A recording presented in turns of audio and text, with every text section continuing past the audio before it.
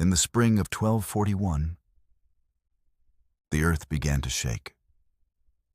From the eastern horizon, an army unlike any Europe had ever seen was approaching. They moved faster than knights. They fought smarter than generals. They did not negotiate. They did not retreat. They destroyed. Villages vanished in smoke. Cities fell in days. Entire populations disappeared. And now, standing directly in their path, was the Kingdom of Hungary. This was not a border raid. This was not a skirmish. This was annihilation. And for Hungary, it would become the year everything burned. At the beginning of the 13th century, a storm had risen from the vast grasslands of Central Asia. Under the leadership of Genghis Khan, the Mongols had forged the largest land empire the world had ever seen. They conquered through speed, through discipline, through psychological terror. Cities that resisted were erased. Armies that stood against them were outmaneuvered and surrounded. After Genghis Khan's death, his successors continued the expansion westward. By the 1230s, the Mongols had crushed the Kievan Rus. They invaded Poland. They shattered European knights at the Battle of Legnica. Now, their eyes turned toward Hungary. Why Hungary? Because Hungary was the gateway to Central Europe. And because Hungary had made a decision the Mongols considered unforgivable. The fourth, young, determined, but politically isolated. Years earlier, a nomadic people known as the Cumans had fled westward. They were escaping the Mongols. Seeking protection, they asked Béla for asylum. Béla accepted them. He believed they would strengthen Hungary's defenses. But this decision created internal tension. Hungarian nobles distrusted the Cumans. They saw them as outsiders. Violent clashes erupted between Hungarians and Cuman settlers. And when Mongol envoys arrived demanding the return of the Cumans, Béla refused. To the Mongols, this was defiance. War was no longer a possibility. It was inevitable. The Mongol army divided into multiple forces. This was deliberate.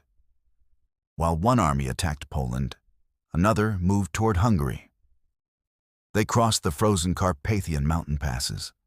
Hungary was unprepared. Despite warnings, the Hungarian nobility had been slow to mobilize.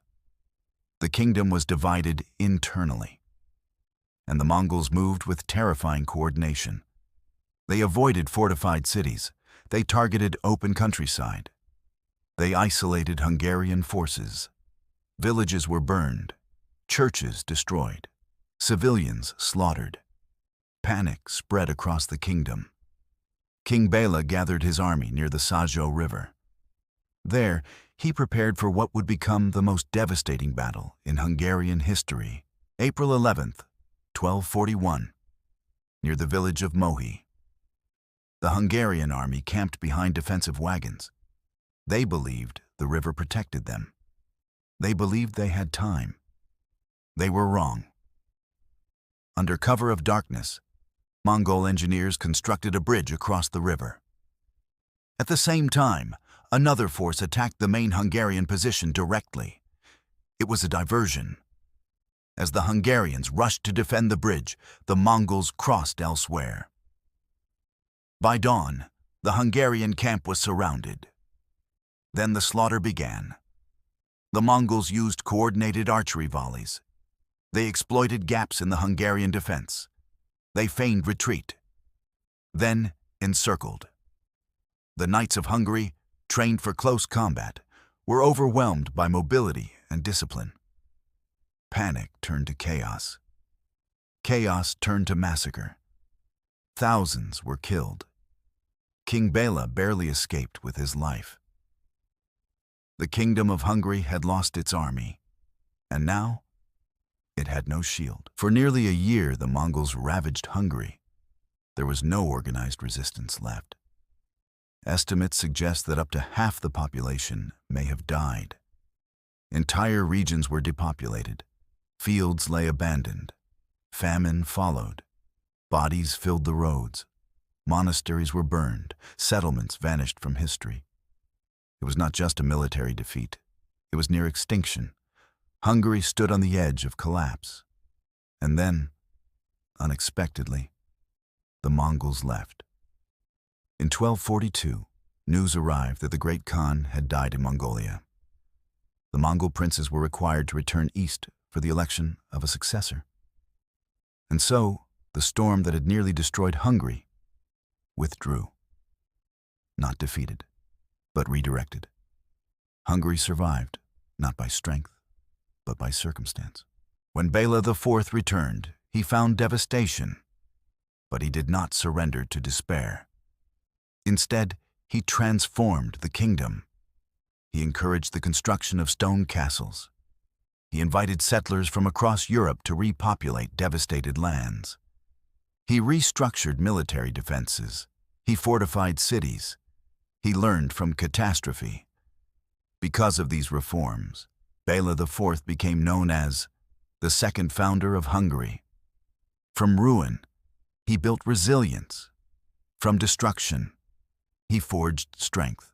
The Mongol invasion of 1241 was one of the darkest chapters in Hungarian history. It was a year of fire, of death, of devastation.